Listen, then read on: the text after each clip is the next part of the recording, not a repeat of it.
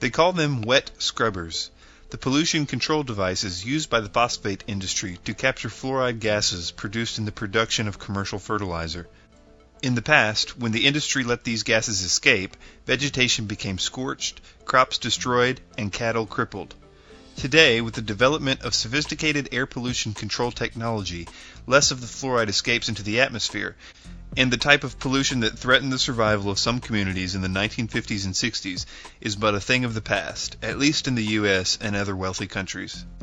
However, the impacts of the industry's fluoride emissions are still being felt, although more subtly, by millions of people who for the most part do not live anywhere near a phosphate plant. That's because after being captured in the scrubbers, the fluoride acid, hydrofluorosilicic acid, a classified hazardous waste, is barreled up and sold, unrefined, to communities across the country. Communities add hydrofluorosilicic acid to their water supplies as the primary fluoride chemical for water fluoridation.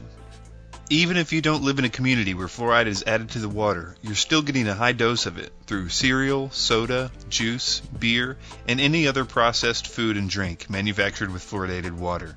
Fluoride has been and remains to this day one of the largest liabilities of the phosphate industry. The source of the problem lies in the fact that raw phosphate ore contains high concentrations of fluoride, usually between 20,000 and 40,000 parts per million, equivalent to 2 to 4% of the ore. When this ore is processed into water-soluble phosphate via the addition of sulfuric acid, the fluoride content of the ore is vaporized into the air, forming highly toxic gaseous compounds, hydrogen fluoride and silicon tetrafluoride. In the past, when the industry had little, if any, pollution control, the fluoride gases were frequently emitted in large volumes into the surrounding communities, causing serious environmental damage.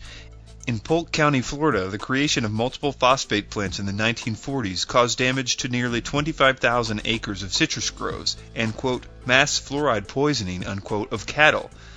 It estimated that as a result of the fluoride contamination, the cattle population of Polk County dropped 30,000 head between 1953 and 1960, and an estimated 150,000 acres of cattle land were abandoned. Damage to vegetation and livestock caused by fluoride emissions from large industry has resulted, as one might expect, in a great deal of expensive litigation. In 1983, Dr. Leonard Weinstein of Cornell University stated that certainly there had been more litigation on alleged damage to agriculture by fluoride than all other pollutants combined. While Weinstein was referring to fluoride pollution in general, his comments give an indication of a problem facing the phosphate industry, one of the most notorious emitters of fluoride in the early days. So too does an estimate from Dr. Ewan Groth, currently a senior scientist at Consumers Union. According to an article written by Groth, fluoride pollution between the years 1957 to 1968, quote, was responsible for more damage claims against industry than all 20 nationally monitored air pollutants combined. According to Hodge and Smith in 1977, the primary reason for the litigation against fluoride emitters was the, quote, painful, economic, disastrous, debilitating disease that fluoride causes to livestock. Lilly in 1970 said, quote, airborne fluorides have caused more worldwide damage to domestic animals than any other air pollutant. Due to the inevitable liabilities that fluoride pollution presented, and to the increasingly stringent set of environmental regulations, the phosphate industry began cleaning up its act. As noted by Irving Bellick, a chemist at the U.S. Public Health Service, quote, in the manufacture of superphosphate fertilizer, phosphate rock is acidulated with sulfuric acid, and the fluoride content of the rock evolves as volatile silicofluorides. In the past, much of this volatile material was vented to the atmosphere, contributing heavily to pollution of the air and the land surrounding the manufacturing site. As awareness of the pollution problem increased, scrubbers were added to strip particulate and gaseous compounds from the waste gas. Considering the great demand among big industry for fluoride chemicals as a material used in a wide variety of commercial products and industrial processes, the phosphate industry could have made quite a handsome profit selling its fluoride wastes to industry. This was indeed the hope of some industry analysts. However, the U.S. phosphate industry has thus far been unable to take advantage of this market. The principal reason for this failure stems from the fact that fluoride captured in the scrubbers is combined with silica. The resulting silicofluoride complex has in turn proved difficult for the industry to separate and purify in an economically viable process.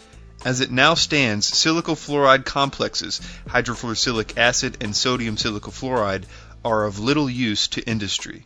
Thus, while U.S. industry continues to satisfy its growing demand for high-grade fluoride chemicals by importing calcium fluoride from abroad, primarily Mexico, China, and South Africa, the phosphate industry continues dumping large volumes of fluoride into acidic wastewater ponds that lie at the top of mountainous waste piles which surround the industry. Of course, not all the phosphate industry's fluoride waste is disposed of in the ponds.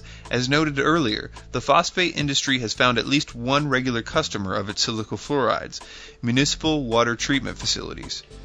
According to recent estimates, the phosphate industry sells approximately 200,000 tons of silicofluorides, hydrofluorosilicic acid, and sodium silicofluoride to U.S. communities each year for use as water fluoridation agents. In 1983, Rebecca Hanmer from the U.S. Environmental Protection Agency described the policy of using phosphate industry's silicofluorides for fluoridation as follows, quote, "In regards to the use of fluorosilicic acid as the source of fluoride for fluoridation, this agency regards such use as an ideal solution to a long-standing problem.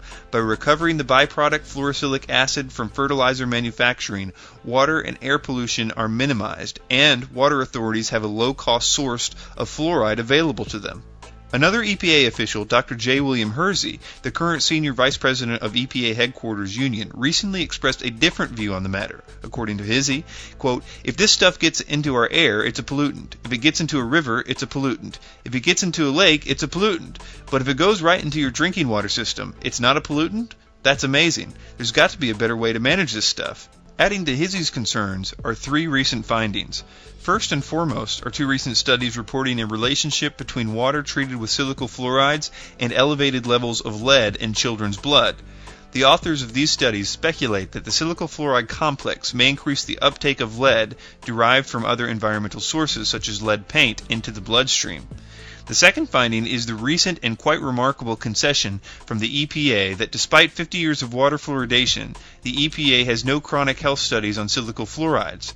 All safety studies on fluoride to date have been conducted using pharmaceutical-grade sodium fluoride, not industrial-grade silicofluorides.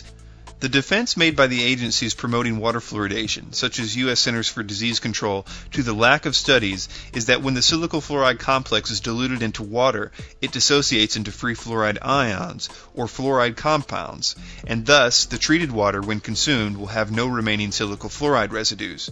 This argument, while supported by a good deal of theoretical calculation, is backed by a notable lack of laboratory data. Moreover, a recently obtained and translated PhD dissertation from a German chemist contradicts the claims. According to the dissertation, not only do the silicofluorides not fully dissociate, the remaining silicofluoride complexes are more potent inhibitors of chloranesterase, an enzyme vital to the functioning of the central nervous system. A third finding, although perhaps of less concern, is that the silicofluorides, as obtained from the scrubbers of the phosphate industry, contain a wide variety of impurities present in processed water, including arsenic, lead, and possibly radionuclides. While these impurities occur at low concentrations, especially after dilution into water, their purposeful addition to water supplies directly violates EPA public health goals. As noted by the Salt Lake Tribune, those who had visions of sterile white laboratories when they voted for fluoride weren't thinking of fluorosilicic acid. Improbable as this sounds, much of it is recovered from the scrubbing solution that scours toxin from smokestacks at phosphate fertilizer plants. Silicofluorides corrode glass. They have never had a study done on human beings before, and they are added directly to our water supplies. Go to fluoridealert.org for more information and references to everything that I've said here. Send this video to your congressman or your mayor or your local municipal water supplier.